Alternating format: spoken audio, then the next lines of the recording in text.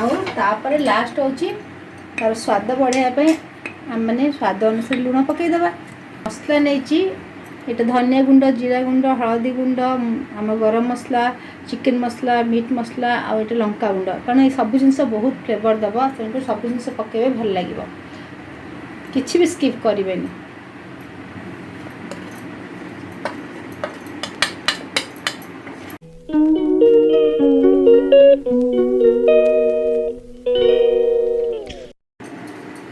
जय Jagannath kitchen with Reena को आपको अनेक अनेक स्वागत पुणी थे मोटे नुआ रेसिपी नहीं आसूची आपण को विभिन्न प्रकार छतर आइटम देखी किंतु आज आउ गोटे छतर आइटम देखा बटम छतर रेसिपी आपको बहुत भल लगे चलते मुझे केमती कर देखा चलते बटम छतु तो मुझे आसी आपको सब मुझे काटी काटिकी ये जो हलदी पानी रखी आधे जर्म मरिया किसी समय बतुरे देवा सब जिनस को आपने लुण हलदी पानी धोइबे जो जिनस को आम रोसे करें आम देहपाई बहुत हित होता है।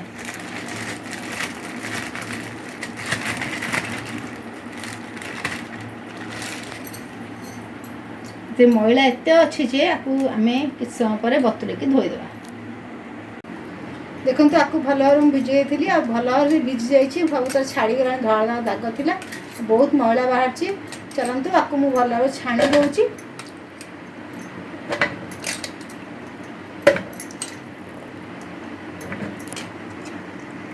चलते ये सब छतु जेहतु बड़ बड़ अच्छी तो मुझे 4 फाड़ा खंडे करदे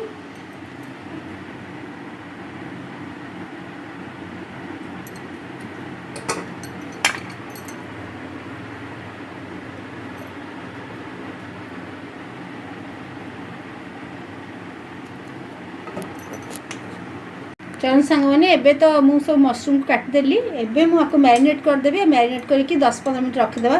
प्रथम तो मु फ्रेश दही नहीं जाइए देखु फ्रेश दही 2 चम्मच पकईदेली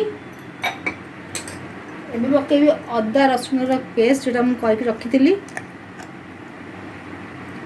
आपको 2 चम्मच खंडे पकईदेवा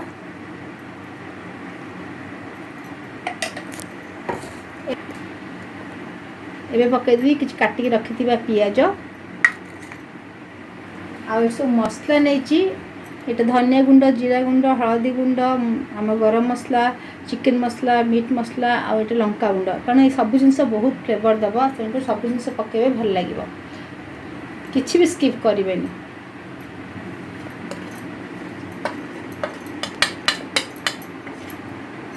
आउे लास्ट हूँ तार स्वाद बढ़ाई मैंने स्वाद अनुसार लुण पकईदे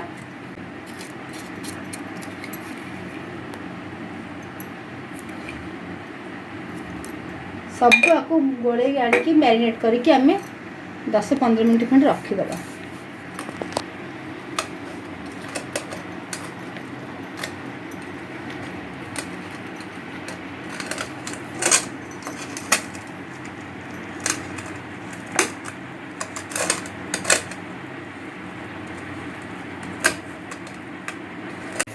देखो सोरिष तेल पकईदेली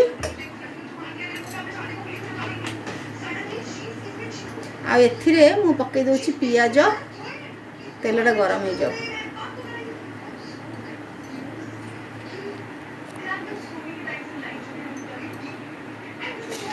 तेलटा गरम हो पकई दूची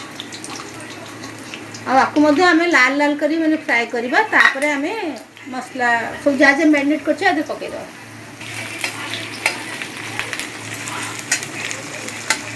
आपको छाड़ देखते पियाजटा बढ़िया कि लाल लाल हो गला ठीक यही समय ही पकेबे जो मैरिनेट कर रखी मशरूम को बस आपको हम छाड़ तो तेल जाइए बढ़िया भाव माने फ्राए हम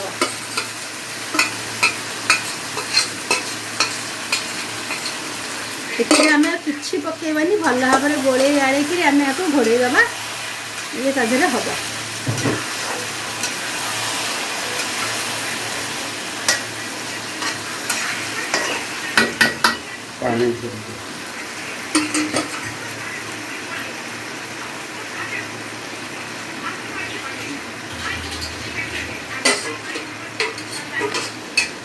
देखते आपको जो सब आधे जो पानी लगी पानी जो मसला लगी पानी देकर मुझे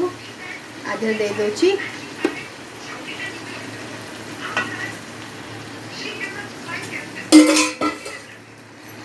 आपको पुणी आउ थे मुझे गोड़े